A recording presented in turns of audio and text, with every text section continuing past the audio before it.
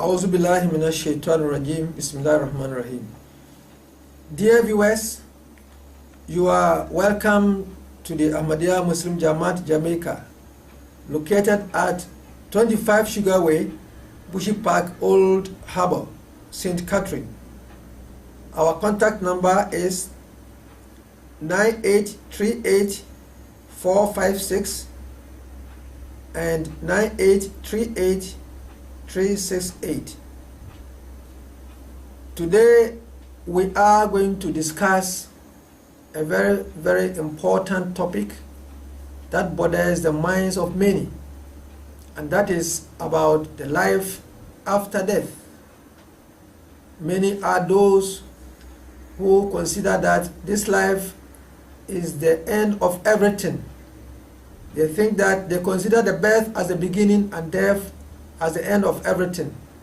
But the Holy Quran, on the contrary, tells us that, or teaches us that, this life is a very useful life, or is a very useful phase of our lives. In other words, we are born to come and prepare for the next life, which is the actual purpose of our creation.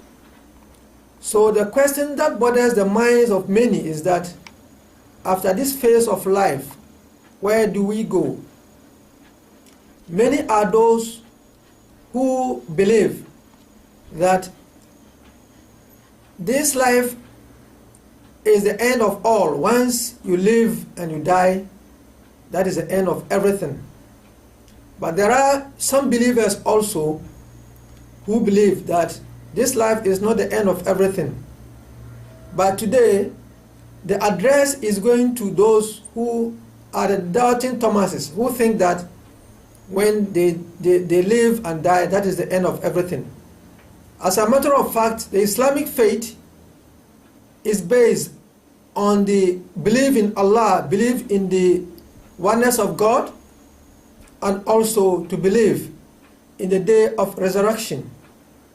Because once you believe in the day of resurrection, that will in fact direct all your affairs in this life, because you know that whatever you do, a day is set aside whereby you will be called to render accounts.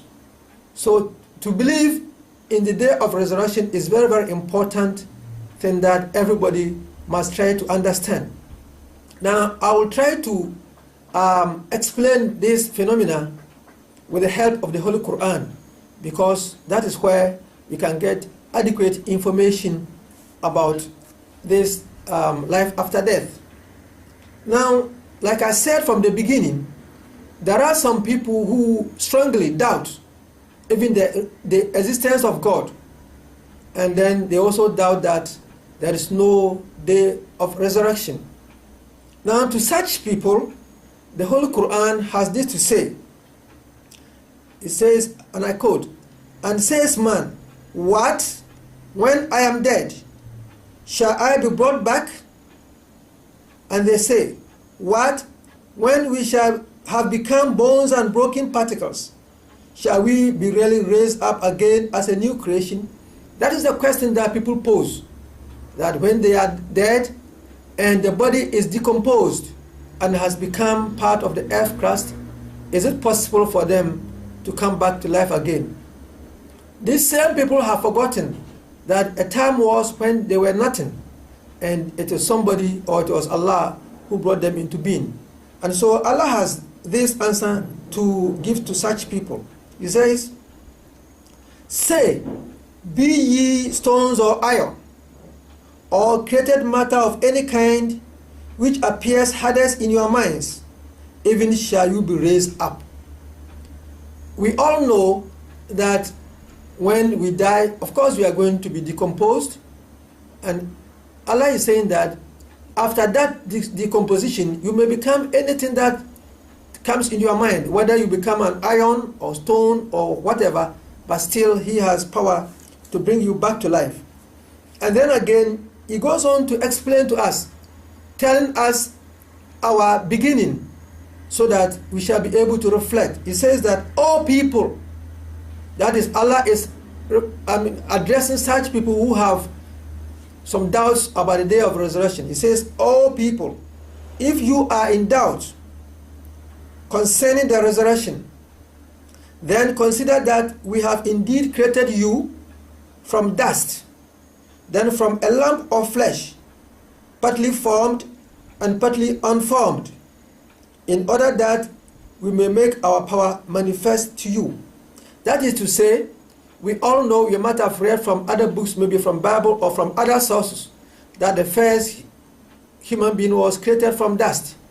Now we know that when the first human being was created and he got his wife, that is in the person of Adam and his wife, the next creation was through the sperm drop, and then it became a lump of flesh in the mother's and the wife's womb. Now, when we continue, we will see how Allah has described the various sequences in which we were formed in the womb of our mothers. He says, "And we cause what we will to remain in the wombs of an appointed term, for an appointed term. Then we bring you forth as babes. Then we rear you that you may attain to your age of full strength. And there are others among you who are kept back till the worst part of their life, of the result that they know nothing after having had knowledge." You see, this thing is something that we should reflect on. Allah is saying that you look at the various stages that we pass through, a kind of evolution in our mother's womb. From the sperm drop, then we became a lump of flesh, partly formed and partly unformed. And then when we are completely brought forth as human beings, we start as weak beings, even how to sit down, how to toddle, how to walk out, all takes some time. Then after we've been able to grow and we gain strength and we've become a man of our own or a woman of our own, then after some time we see that our strength begin to decline. So we will see an old man or an old woman who or maybe once a lecturer or once a philosopher, then Allah says that He takes away that knowledge again from him. So this is an indication that it is somebody who is controlling our lives. And it is that person who says that when we are dead, He still has power to bring us back to life. And another thing that the Holy Quran has drawn our attention is that He has used something that we already know, that is the first creation, to explain. Now the Holy Quran says, and I quote, it says, "We have created you. Why then do you not accept the truth? What think ye of the sperm drop that you emit? Is it you who created it, or we are the creator? We have ordained therefore all of you, and we cannot be hindered from bringing you in your place others like you, and from developing you into a form which you know not." This is very, very, very important thing that I would want to elaborate. Now what the Holy Quran is saying is that in order to be able to understand the phenomena of life after death, we must try to sit down and ponder over the first creation. The first 9 months or 10 months that we spent in our mother's womb, the various stages that we passed through before we were born into this world. All of us know, or at least we have an idea, that when we were in our mother's womb, we used to eat. But you agree with me that we used not to eat with our mouths. There was a different system. And we used to drink water, but we were not using the same mouth. There was a different system. And we used to breathe air, but we were not using the same nose to breathe. So the digestive system was different. And Allah or the Creator had put in different mechanisms altogether to perform those functions for us.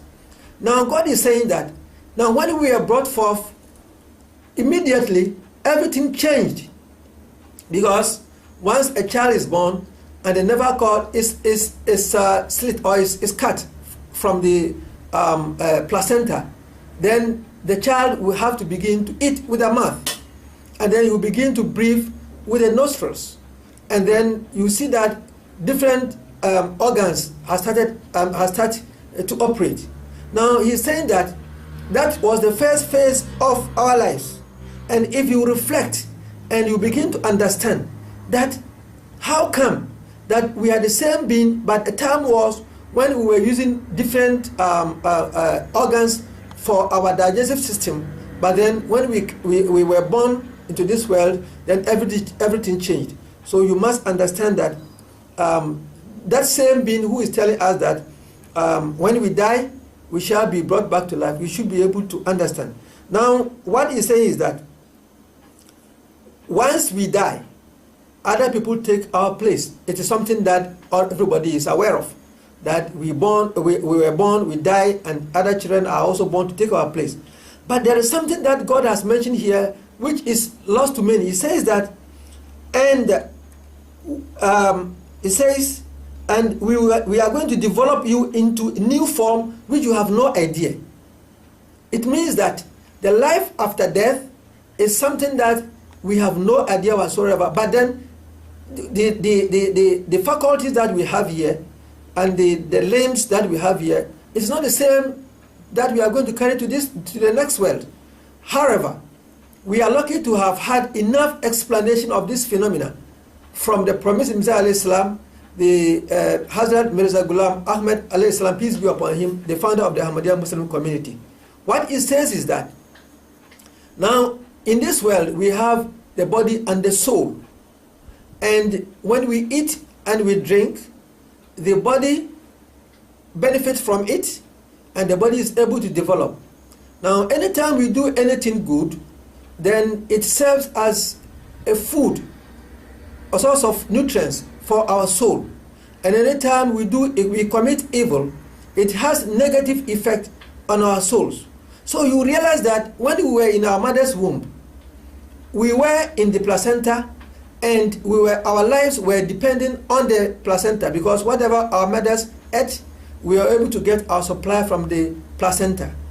Now, what he's trying to say is that once we are in this world, whatever we do, you see, the soul is within us, and whatever we do have either positive or negative effect on our soul. Just as when we were in our mother's womb, if our mother had eaten any poisonous substance, it will have effect on us.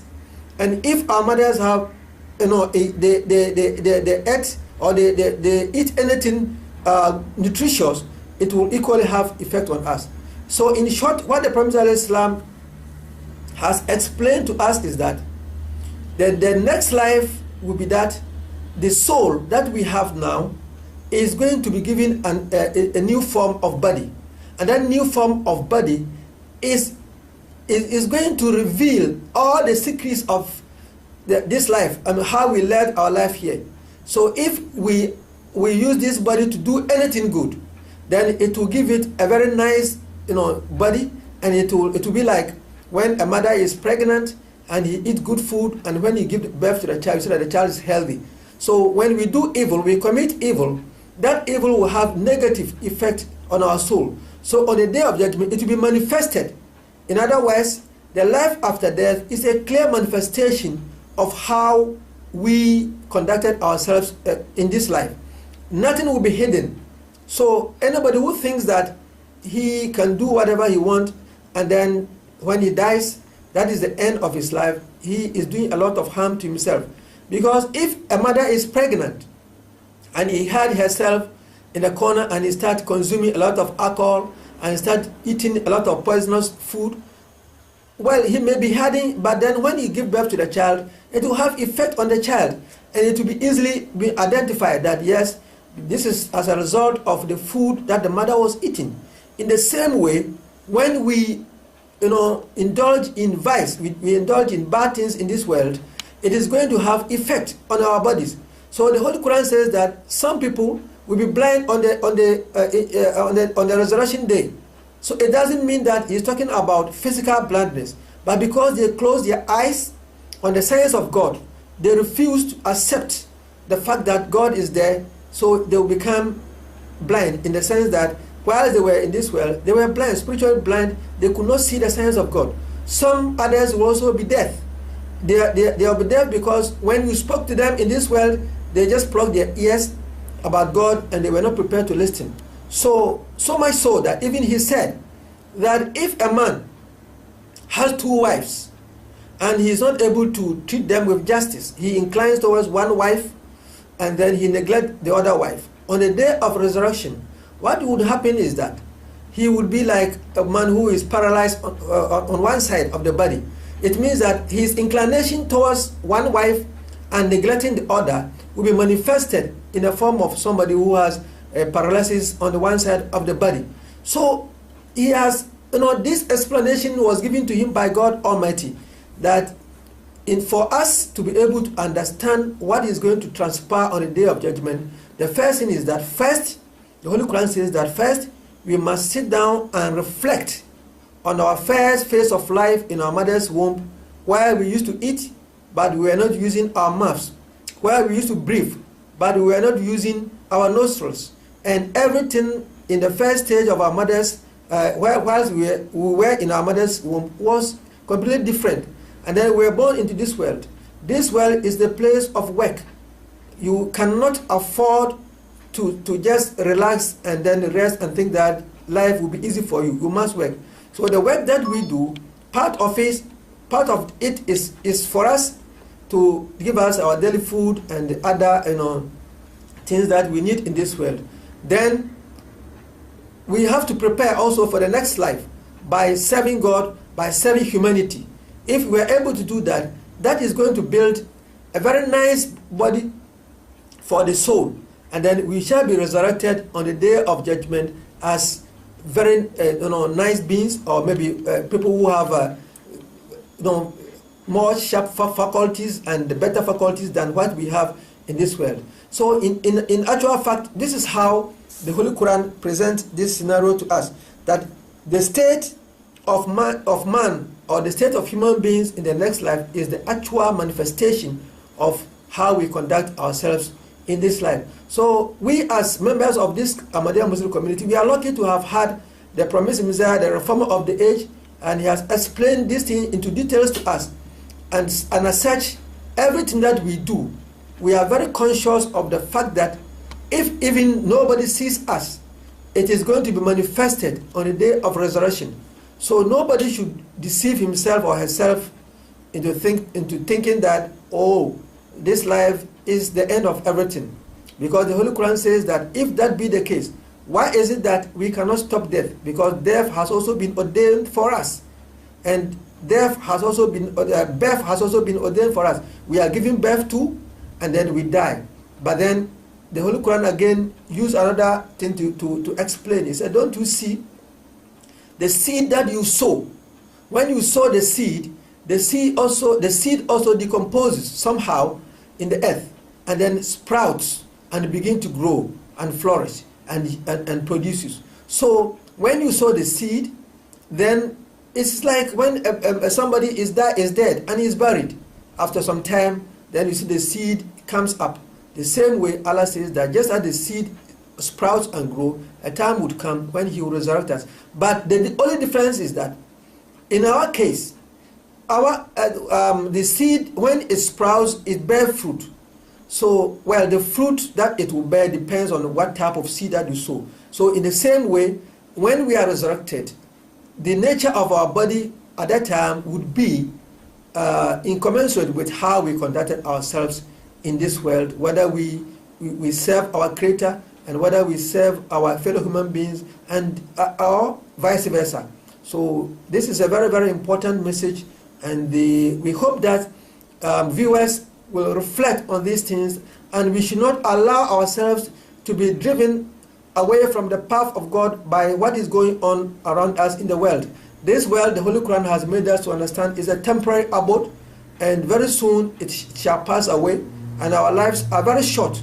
So we need not to waste our time on worldly things or worldly pursuits, and we should try as much as possible to make use of every opportunity that comes our way to build a better life for ourselves by indulging in doing good things, serving our Creator and serving humanity. If we are able to do that, we shall be preparing a very good paradise for ourselves. Paradise is not something that will come from outside, but it is something that we prepare for ourselves. Of course, when we sow seed, it is God who make it to sprout. So when God rain on the seed germinates. In the same way, the little effort that we shall be able to do, God out of His grace will bless it for us, and we shall, inshallah, see a better place in the next life. May Allah help us to be able to understand this philosophy and this phenomena, which is somehow hidden from us, but then God has explained it in a simple terms for us, so that we shall be able to understand. May Allah help all of us. Assalamu alaikum wa rahmatullahi ta'ala wa barakatuhu.